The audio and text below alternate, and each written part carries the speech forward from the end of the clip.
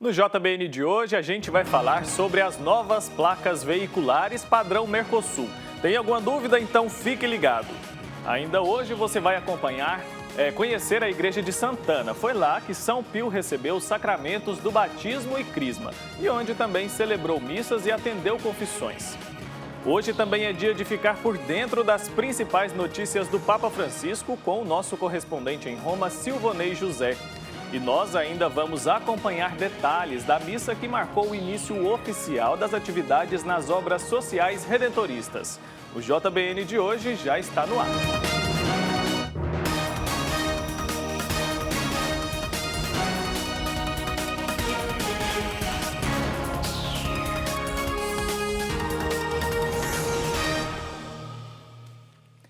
Olá, seja muito bem-vindo ao Jornal Boa Notícia desta segunda-feira, 17 de fevereiro. Hoje a gente começa falando sobre a obrigatoriedade das novas placas veiculares padrão Mercosul, que tem gerado muitas dúvidas. Qual a diferença em relação às outras? Todo mundo precisa trocar? Quanto vai custar? A gente foi falar com o diretor técnico do Detran em Goiás, que esclareceu estas e outras perguntas dos motoristas. Confira. Já está em vigor em todo o país a obrigatoriedade de placas padrão Mercosul. A resolução do CONTRAN, Conselho Nacional de Trânsito, tem gerado muitos questionamentos por parte dos motoristas. E boa parte dessas dúvidas vão ser respondidas agora pelo diretor técnico do Detran Goiás. Qual o motivo da mudança das placas? Uma determinação do Conselho Nacional de Trânsito que deu até 31 do último mês, para todos os estados aderirem à placa do Mercosul, modelo Mercosul. Eu gostaria de saber do diretor quais são as principais diferenças das placas de um modelo para o outro. Segurança, tem muito mais segurança. Vou te dar exemplo aqui. Tem mais uma letra, mais uma letra significa que tem maior quantidade de combinações. E aqui, voltando aqui no QR Code, esse QR Code é a identificação do emplacamento. Esse que você coloca toda a identificação do veículo que qualquer agente de trânsito pode ter acesso a todo dados do veículo e do condutor. Também muda a cor de fundo, que passa a ser totalmente branca, com o tipo de veículo identificado pela cor da fonte. A pintura preta vai ser utilizada para veículos de passeio, a vermelha para os comerciais, a verde para aqueles em teste, a azul para os oficiais, a prateada para os carros de colecionadores e a dourada para os automóveis diplomáticos. E as perguntas não param. Queria saber o valor do preço do novo emplacamento. Até o momento não vai ter aumento. A gente tem um pedido de aumento, mas ainda nós estamos estudando para ver qual vai ser o preço médio de mercado. Mas atualmente é R$120, é o mesmo preço da placa cinza. Não mudou nada. Em quais casos o novo modelo é obrigatório? No caso de emplacamento de veículos novos, transferência de outros estados ou municípios que vêm para Goiás, ou então perdas, extravio, roubo, aí sim tem que trocar. Nas outras situações, a troca da placa cinza pela padrão Mercosul não é obrigatória. O novo modelo permite mais de 450 milhões de combinações, quantidade 157% maior em relação aos 175 milhões do sistema antigo. A expectativa do governo federal agora é de que quase toda a frota de veículos nacionais circule com o novo modelo até 2023. E agora a gente segue com a nossa série de reportagens especiais sobre a novena internacional da Itália. Entre becos e vielas de pedra está a Igreja de Santana, que fica bem próxima à casa da família de Padre Pio. Foi nesta igreja que ele recebeu os sacramentos do batismo, crisma e onde também celebrou missas e ouviu confissões. Veja detalhes agora deste lugar tão especial na reportagem.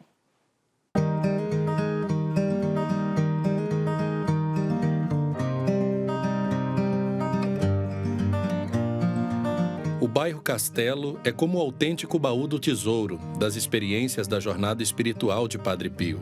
Este era o antigo centro de Pietreutina, onde se passou grande parte da história do santo. O seu nascimento, o batismo, a confirmação, a vida eucarística, o êxtase e as visões. No ponto mais alto do bairro está a Igreja de Santana, do século XIII.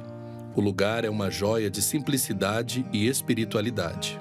A uma pequena caminhada de alguns passos de sua casa, Padre Pio alcançava a igreja de Santana, onde foi batizado e onde participava frequentemente dos ritos da Santa Missa.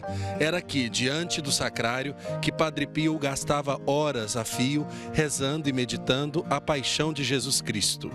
A igrejinha de 2 naves recebeu o nome de Santo Ângelo e Santa Maria. Foi sede da paróquia local até 4 de fevereiro de 1843, quando um decreto pontifício transferiu o título para a atual igreja matriz. Para se chegar a Santana, o visitante passa por entre becos e vielas de pedra, bem próximo ao endereço da família de Padre Pio.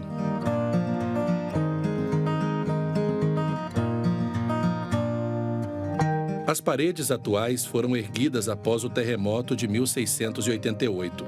A austeridade vista por fora é marca singular do interior do pequeno templo. Atrás do altar central, o fiel pode contemplar uma tela do século XVII, representando Nossa Senhora de Loreto. Na nave menor, à direita de quem entra, existem pequenos nichos com estátuas do século XVIII, de algumas devoções locais.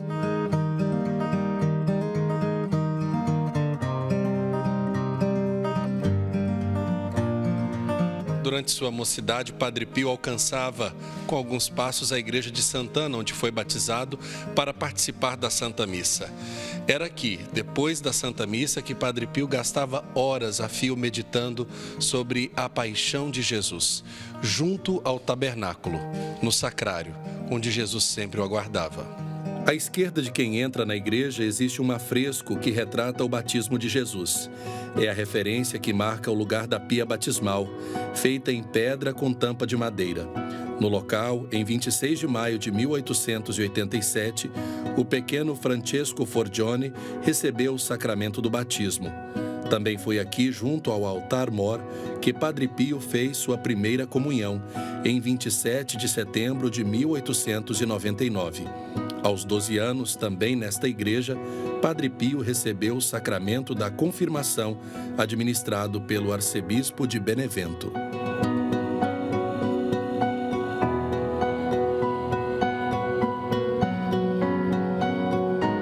Aqui, Padre Pio celebrou a Santa Missa e confessou o povo simples de Pietreutina. Neste lugar, teve inúmeras experiências místicas, como a aparição de Maria e do seu anjo da guarda, e os momentos de mais intimidade com Jesus sacramentado, motivos de sobra que fazem de Santana o lugar mais importante nos primeiros passos para a santidade da vida de São Pio de Pietreutina.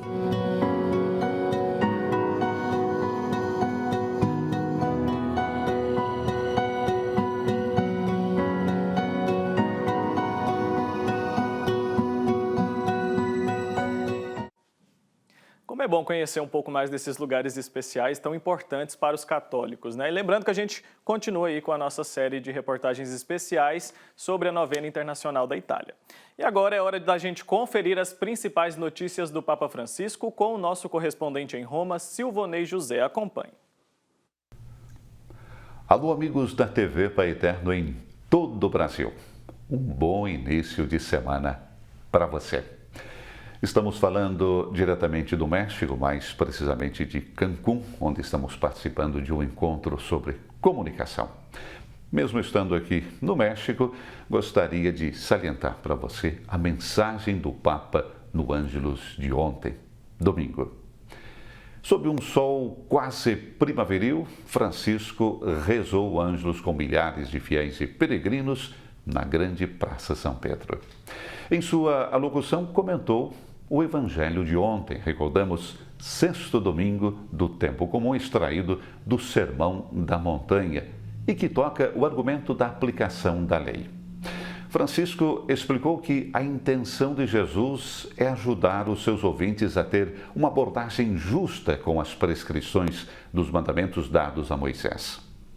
Trata-se de viver a lei como um instrumento de liberdade que nos ajuda a não sermos escravos das paixões e do pecado.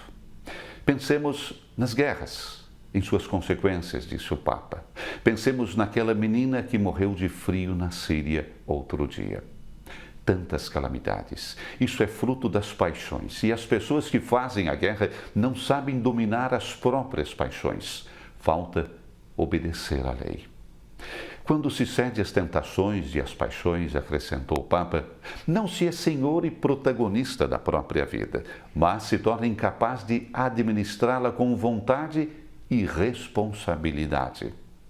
O sermão de Jesus, prosseguiu o Papa, é estruturado em 4 antíteses expressas com a fórmula ouvistes o que foi dito, porém vos digo. Essas antíteses fazem referência a situações da vida cotidiana, o homicídio, o adultério, o divórcio, os juramentos. Jesus não abole as prescrições que dizem respeito a essas problemáticas, mas explica o seu significado mais profundo e indica o espírito com o qual observá-las. Ele encoraja a passar de uma obediência formal da lei a uma obediência substancial, acolher a lei no coração, que é o centro das intenções, das decisões, das palavras e dos gestos de cada um de nós. Do coração partem as ações boas e aquelas más. Acolhendo a lei de Deus no coração, se compreende que, quando não se ama o próximo, se mata de algum modo a si mesmo e aos outros, porque o ódio, a rivalidade e a divisão matam a caridade fraterna, que está na base das relações interpessoais. Vale o que disse antes sobre as guerras e também das fofocas. As fofocas, porque a língua mata. Acolhendo a lei de Deus no coração, se compreende que os desejos devem ser guiados, porque nem tudo o que se deseja é possível obter. E não é bom ceder a sentimentos egoístas e possessivos.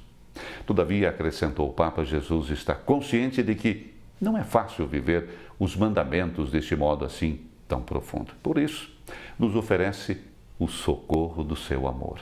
Ele veio ao mundo não só para realizar a lei, mas também para nos doar a sua graça, de modo que possamos fazer a vontade de Deus, amando Ele e os irmãos. E uma segunda informação, comunicado da Secretaria do Sínodo dos Bispos, o próximo sínodo será realizado no período do outono europeu, ou seja, primavera no Brasil, em 2022. Francisco convocou, então, para 2022, a próxima Assembleia Geral do Sínodo dos Bispos. Decisão comunicada pelo Pontífice ao presidir no último dia 6 de fevereiro a primeira reunião do 15º Conselho Ordinário da Secretaria-Geral do Sínodo. Foram 2 dias de reuniões, 6 e 7, organizadas para apresentar ao Santo Padre possíveis temas a serem tratados em 2022 e debater outros assuntos, como os passos realizados depois do Sínodo sobre os jovens em 2018 e a ressonância da exortação apostólica pós-sinodal Christus Vivit. Na sessão em que Francisco estava presente, emergiu também a necessidade de expressar com urgência solidariedade aos irmãos e irmãs envolvidos no drama da migração forçada.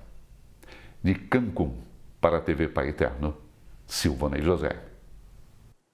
E agora a gente vai para o intervalo e a seguir você vai ver detalhes da missa que marcou o início das atividades nas obras sociais redentoristas. É já já.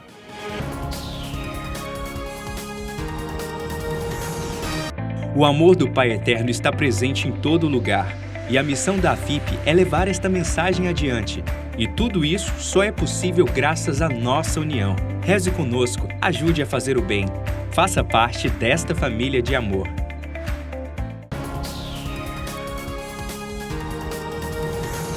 E o JBN de hoje está de volta. Muito obrigado pela sua companhia. Ao encerrar a visita ad limina dos bispos do Regional Centro-Oeste, o bispo auxiliar do Ordinariado Militar do Brasil, Dom José Francisco Falcão de Barros, apresenta um balanço dos últimos momentos. Vamos ver. Estamos encerrando a nossa visita ad limina aos bispos do Regional Centro-Oeste e a conclusão desta visita não podia ser mais solene, a celebração do Santo Sacrifício da Missa, aqui na cripta da Basílica de São Pedro, onde se encontram os restos mortais daquele que recebeu de nosso Senhor Jesus Cristo as chaves do Reino dos Céus, o pastor supremo da Igreja Universal, cujo sucessor hoje é o Santo Padre Francisco. Estivemos aqui em Roma durante 10 dias, encontrando-nos com o Santo Padre, que fortaleceu a nossa fé com a sua palavra, com o seu estímulo, com a sua acolhida e com o abraço fraterno a todos os bispos do Regional Centro-Oeste. Estivemos também nas basílicas patriarcais, além de São Pedro, São Paulo fora de Muros, São João de Latrão e Santa Maria Maior, e também nos encontramos com os assessores do Santo Padre. Foram momentos de muita oração, de congraçamento e de uma forte experiência de fé aqui na fonte da nossa fé católica, a Sé Primeira. Retornamos para o Brasil fortalecidos na nossa fé e dispostos a ser sinais de unidade nas nossas igrejas particulares, confirmando a fé do nosso povo e pastoreando na fidelidade a Cristo o rebanho que o Senhor nos confiou. Eu glorifico a Deus por esses 10 dias.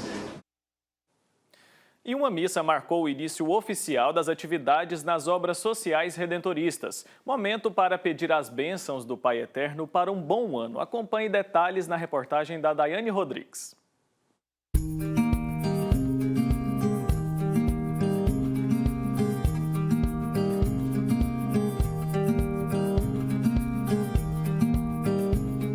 Sob as bênçãos do Divino Pai Eterno, as atividades de 2020 nas obras sociais redentoristas foram iniciadas.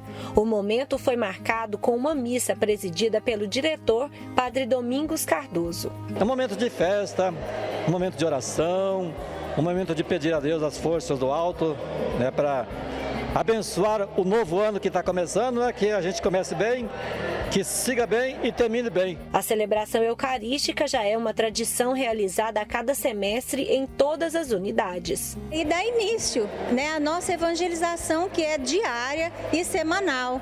Nós temos durante a semana, várias aulas de evangelização e também na segunda-feira temos o acompanhamento do irmão Diego, que vem também trazer para essas crianças, muita novidade com a evangelização. Assistidos, colaboradores, família e toda a comunidade reunidos. Uma forma de estreitar os laços e dar graças ao Pai por mais um ano. O Centro Social tem essa proposta, uma integração com a comunidade, Convidar os pais para participar, para rezar, para louvar a Deus nesse momento, porque ele traz seu filho, nós cuidamos, depois ele recebe o seu filho e a nossa proposta é que o menino, a menina que aqui esteja, volte para a sua casa melhor do que saiu de lá. E é muito especial, tanto que o Grupo Amizade, formado por assistidos do Centro Social Redentorista, preparou uma apresentação para agradecer todo o amor que recebem aqui e com direito até a um poema escrito por eles. Essa forma de expressar a gratidão, isso me comove muito, porque para mim foi uma surpresa esse poema e eles falam exatamente o que eles sentem aqui. Isso para nós é muito importante de saber que realmente nós damos conta, de mostrar para essas crianças que aqui eles têm o amor que eles vêm buscar. Quem já frequenta há algum tempo reconhece a importância do trabalho realizado aqui e não gosta de perder nada. Fazer parte é muito bom porque aqui pode fazer várias coisas muito legais. Agora é se preparar para mais uma temporada de muito trabalho, aprendizado e evangelização. O seu centro social, você me traz alegria e a fugir do mal. Meu centro social é lugar de luz e alto astral. Meu centro social, que você não tem final, para mostrar aos próximos o caminho do bem. Somos sementes de Deus, indo além, espalhar a palavra, assim como o meu centro me ensinou, ser educado e espalhar o amor.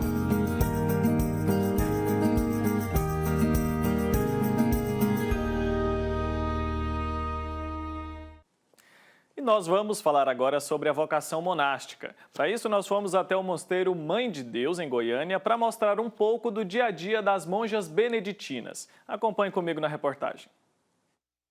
Dedicação total à oração. Estas mulheres escolheram viver uma vida contemplativa. A Madre Ângela é a superiora deste mosteiro que fica em Goiânia. Ela sentiu um chamado para a vida religiosa quando ainda era adolescente. Eu percebi esse chamado de Deus, né, quando eu tinha 17 anos. Né?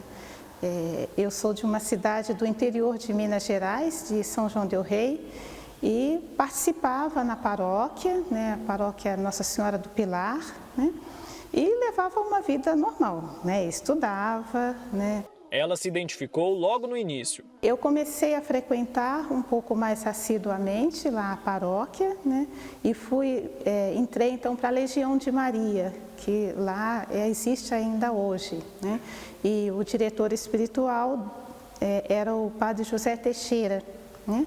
Então, eu com o convívio com as outras jovens que faziam parte também da Legião, né, de Maria, eu comecei a sentir um desejo de pertencer somente a Deus. Para ela, a vocação nada mais é do que um chamado de Deus. O que eu sinto com relação à vocação, né, é um chamado que Deus concede, né? E por que vida monástica?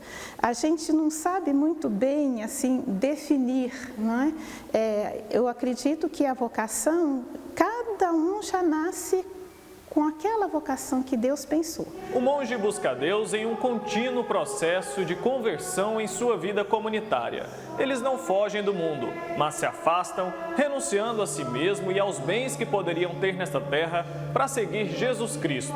A nossa vida, nessa busca inteiramente e do único necessário que é Deus, nós vivemos assim, de maneira simples, né? Na oração, no trabalho, no atendimento às pessoas que às vezes vêm buscar um aconselhamento ou vêm pedir uma ajuda mesmo material ou espiritual, ou vêm passar um dia ou alguns dias de retiro, né?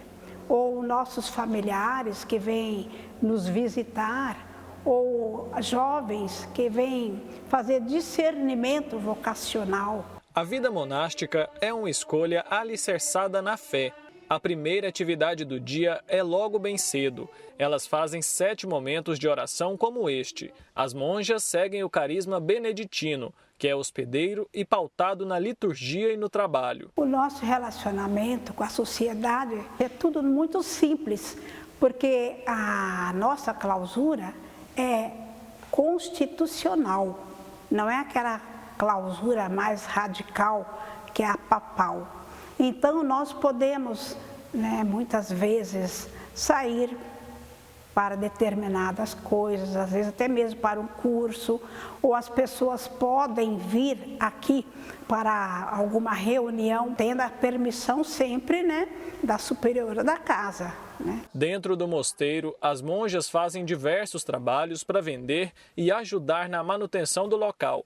Além disso, elas recebem doações, tudo para manter este trabalho de adoração ao Pai e acolhimento aos irmãos. O nosso papel principal é isto, estar em oração, em conexão com a igreja, com o Santo Padre, o Papa Francisco, né? Ver o que a igreja está precisando, pedindo e se entregar sempre nessa atitude de oração.